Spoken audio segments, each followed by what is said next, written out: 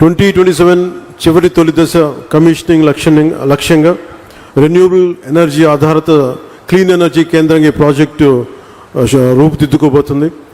ఈ నిర్మాణ దశలో మొన్న మధ్యన మాట్లాడుకుంటూ ఉంటే అనిల్ గారితో ఎంతమందికి ఉపాధి కల్పిస్తుంది అని అంటే, నిర్మాణ దశలో దాదాపు 8,000 మందికి, అలాగే ఆపరేషన్ దశలో దాదాపు 1,500 మందికి ప్రత్యక్ష ఉపాధి, పరోక్షంగా దీన్ని ఆధారం చేసుకుని కొన్ని వేల మందికి దీర్ఘకాల ఉపాధి అవకాశాలు సృష్టించే ప్రాజెక్టు మనస్ఫూర్తిగా విజయవంతం కావాలని దీనికి వ్యవస్థాపకులైన చైర్మన్ శ్రీ చలమలశెట్టి అనిల్ గారికి, మహేష్ గారికి మనస్ఫూర్తిగా నా శుభాకాంక్షలు తెలియజేస్తాను.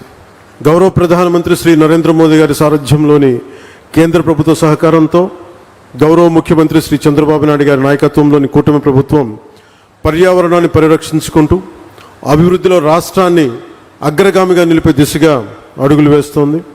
ఈ ప్రయత్నాల్లో భారతదేశం పెట్టుకున్న లక్ష్యంలో జీరో నెట్ ఎమిషన్కి భాగంగా ఈ ప్రయత్నాల్లో గ్రీన్ అమ్మోనియా ప్రాజెక్ట్ చాలా కీలకమైన అడుగు.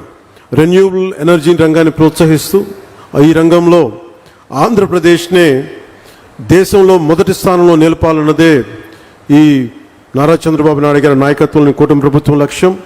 దానికి ఈరోజు గ్రీన్ ఎనర్జీ దీనికి ముందడుగు వేయటం చాలా చాలా ఆనందదాయకం.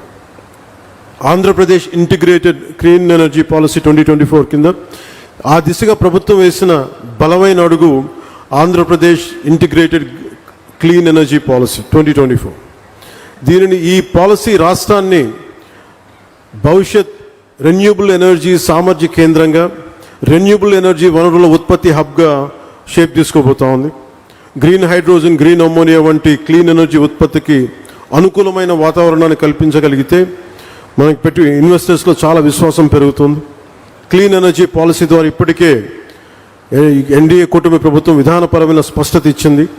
గ్రీన్ ఎనర్జీ ఉత్పాదనకి ఆంధ్రప్రదేశ్ గమ్యస్థానం కావాలి. అదే నారా చంద్రబాబు నాయుడు గారి నాయకత్వంలోని కూటమి ప్రభుత్వ విధానం. ఈ క్లీన్ ఎనర్జీ పాలసీని సద్వినియోగం చేసుకుని